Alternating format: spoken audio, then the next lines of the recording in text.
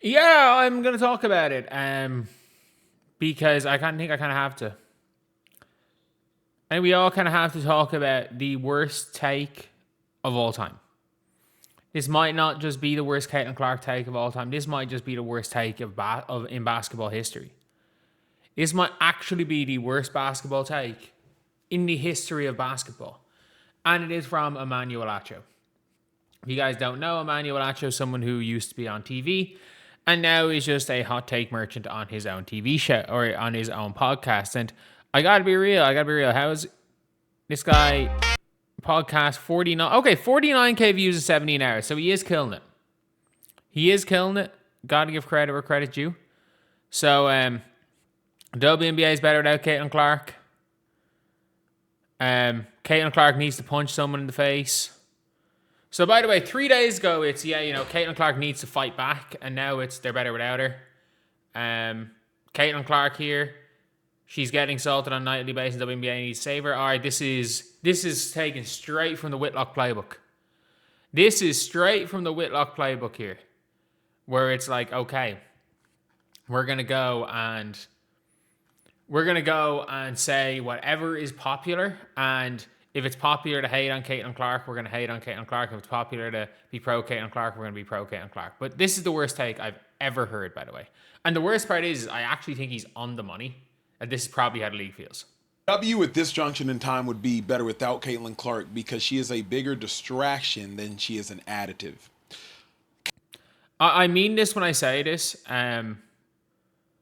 Like, people are like, oh yeah, they've already made their money. And it's like, this is supposed to be the first of the TV deals. This is supposed to be the start of it all.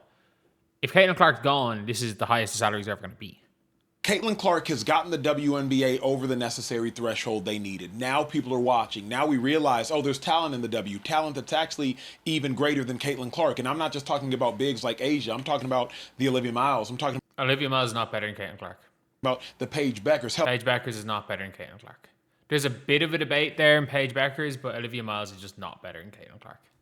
I'm being very clear. She has a worse assist-to-turnover ratio. She's a worse playmaker. She's a worse shooter. She's a better downhill driver. She is better at one singular aspect of basketball than Caitlin Clark.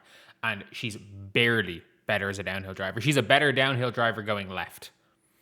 That is the one thing I can confidently say that Olivia Miles is better than Caitlin Clark. She's a better downhill driver to left. And she's a better left-hand passer, I guess. So that's 1.5 things that Olivia Miles does better than Caitlin Clark. And she has quicker hands on defense, I guess.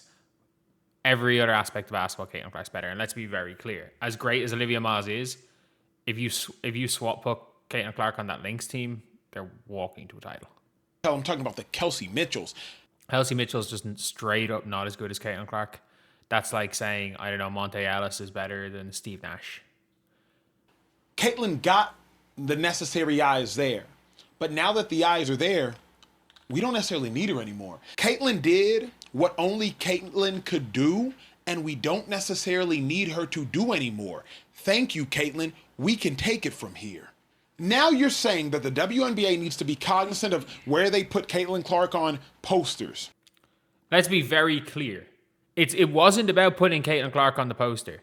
It's because it's as much as anything. If they chose Tamika Catchings on that poster, and they chose for the Atlanta Dream, Angel McCoughtry, and put Enrique on it for the Wings, you could say, okay, we're going with, the franchise icons. But for Paige, but they chose Sophie Cunningham.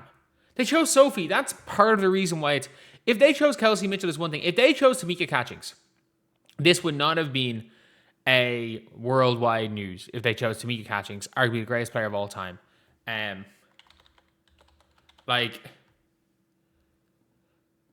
It is one of these things now where it's like, if they chose Catchings, yeah, there'd be a little bit of uproar, but we wouldn't be talking about it a week later. But we're talking about it a week later. Why? Because it's Caitlin. And let's be very clear to Emmanuel Acho, who is deciding to, who's deciding to talk about the WNBA, and 100% of his WNBA topics are Caitlin Clark. Let's be very clear. If you're covering the WNBA and you're trying to make a living, you need Caitlin Clark. I need Caitlin Clark. I'm covering the WNBA. I'm trying to make a living. And again, just like Emmanuel Acho, I'm pretty confident that if Caitlin Clark was to go and this shit was going to fail, I'll you can just pivot. So I can pivot to somebody else. As can he. He doesn't necessarily need Caitlin Clark. But if you are exclusively covering the WNBA, you need Caitlin Clark to survive. Unfortunately, he's no one else a big enough draw. The WNBA and the officials need to alter the rules for Caitlin Clark. No, it's not altering the rules. It's calling the game. It's not letting her get the shit kicked out of her. It's enforcing the rules correctly. I think the biggest problem here is that the rules aren't being enforced correctly. Nobody has said Caitlin needs special treatment. They need to just blow the whistle when Caitlin gets fouled. Like, if somebody punches Caitlin, fucking punches Caitlin in the neck, it needs to be called as a flagrant.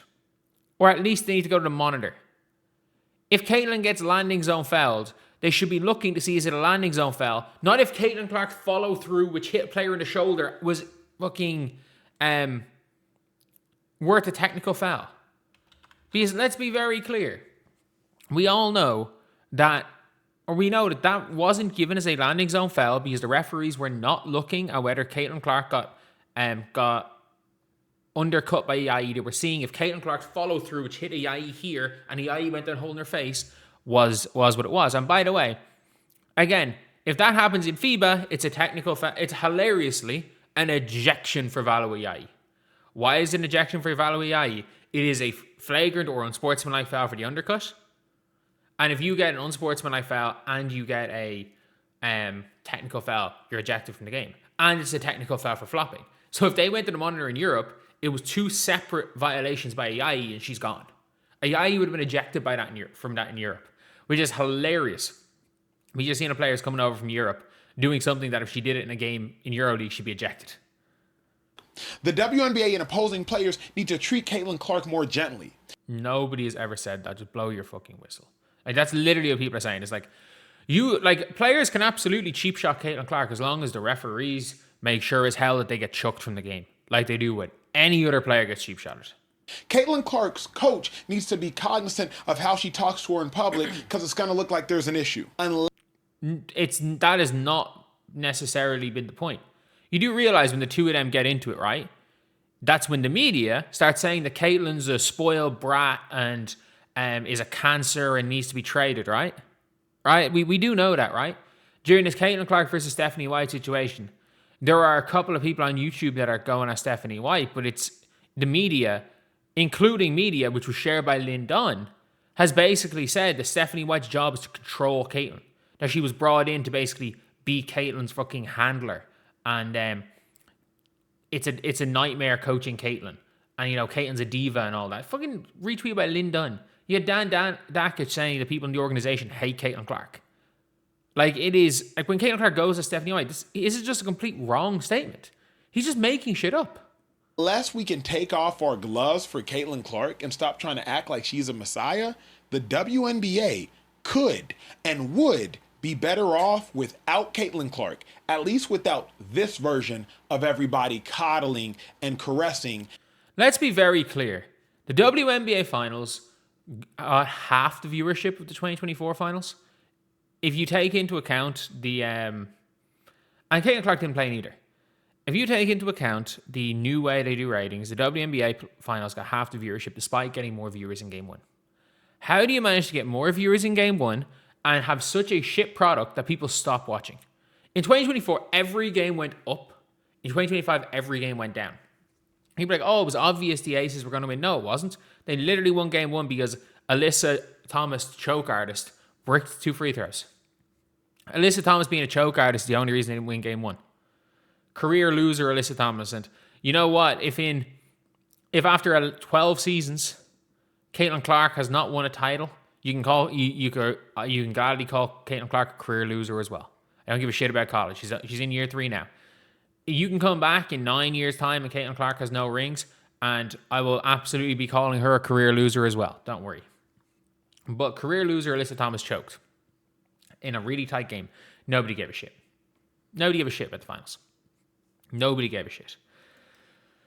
2024, everyone cared. That being said, in the playoffs, the viewers were down. Fever games obviously got less. And the overall viewership of the playoffs, I think, was basically... Sorry, it was up because the Fever played in 8 games instead of 2. The only reason is the Fever. Even when Caitlin Clark's not there, the only reason the viewership numbers are okay is because of the Fever. Let's be very clear. Caitlin Clark got injured last year, and viewership for the entire league dropped 55%. And viewership for the Fever games only dropped by 40%. The viewership for non-Fever games dropped by more than Fever games. Like, I don't think people understand that. Is that when Caitlin Clark is good, people are following this league. The casual fan follows the league. If Caitlin Clark is good, the casual fan will watch other games. If Caitlin Clark is bad, the casual fan may watch a Fever game or may not. Because, let's be very clear, when the entire NBA benefited from the Steph Curry boom in 2016. Everybody understands that. The entire NBA benefited from that. There were so many things that everyone was watching every Warriors game. And people that were watching Warriors games became interested in the league, especially as someone from Ireland, which is a country where people were staying up to watch Warriors games. And if the Warriors games were at 3 a.m., like, there were so many guys, like I remember it was my first year of college, and like, there was basically, like, I'd have a lot of friends a year below me in school, and they'd be kind of in the equivalent of high school, and they're like texting me being like, oh yeah, just text me about basketball, like, because obviously I was fucking captain of the basketball team at my school, and it was like, they'd be just talking to me about the NBA randomly, because they knew I'd be kind of up watching the games at that time. They were just bored out of their minds, and they'd be just like, oh, are you watching this other game? Are you watching this other game? Because they would just happened to watch the games because they're interested in the league. And those fans were gone. Those fans were gone last year. But this is one of these. Everyone knows Paige Bueckers didn't miss 2 years of college due to injury. She didn't miss 2 years of college. She missed 1 year of college due to injuries. Like, I don't think people understand. There's literally, like, to a lesser extent, the Iowa games were drawing in, like, triple the viewership of any other Big Ten game when Caitlin Clark played as a freshman. As a freshman, there's all these articles about how Caitlin Clark drew in was basically any sold-out crowds of freshmen to watch her play. When Paige Bueckers was... But have you ever seen the hilarious thing? The hilarious thing is Paige Bueckers was Caitlin before Caitlin. If you look at nearly all their posts in 2021, they're all out here saying that what you call it. If you look at loads of them from 2021, it's like Paige Bueckers is robbing Caitlin Clark. It was like, oh yeah, she's robbing Caitlin Clark a freshman of the year and robbing Aaliyah Boston a player of the year. Aaliyah Boston should be player of the year. Caitlin Clark should be freshman of the year. Before it was popular to hate Caitlin, they hated Paige. Let's be very clear about that. And you're saying, oh, but then Paige Bueckers gave the speech. Caitlin Clark has made that speech 15 times. Caitlin Clark basically said word for word what Paige said in her Time magazine article. They don't care. They pick who they want to hate. They hated Sabrina as well. They hated Paige originally because Sabrina was injured, so they couldn't hate on Sabrina. They hated Paige, and then once Sabrina got to the W, they hated Sabrina. And then when they had time to hate Caitlin, they hated Caitlin, which is somehow they turned to love Sabrina Ionescu, and they fucking hated her before that. But yeah, it is what it is. It is what it is. I don't know enough about Emmanuel Acho to say whether or not he's just rage baiting here. It is what it is. He's running his own podcast. He's out here rage baiting. It is what it is. Game knows game. And yeah, I've never been as big as Emmanuel. Oh, have I been as big as Emmanuel Acho? I need to just check. Here. I used to average 300k views a day on YouTube I used to average like 70, 80k views a day on YouTube for 2k. You know what? I might have been fucking nearly as big as... In my 2k peak, I might have been nearly as big as Emmanuel Acho. Anyone, if you know, you know. If you know about pandemic DBG, you know. Maybe I was at that level. But game knows game when it comes to this. Like, you got to say outrageous statements to go viral because, let's be real, it's better to be loved or hated than nobody care. Anyway, see you guys.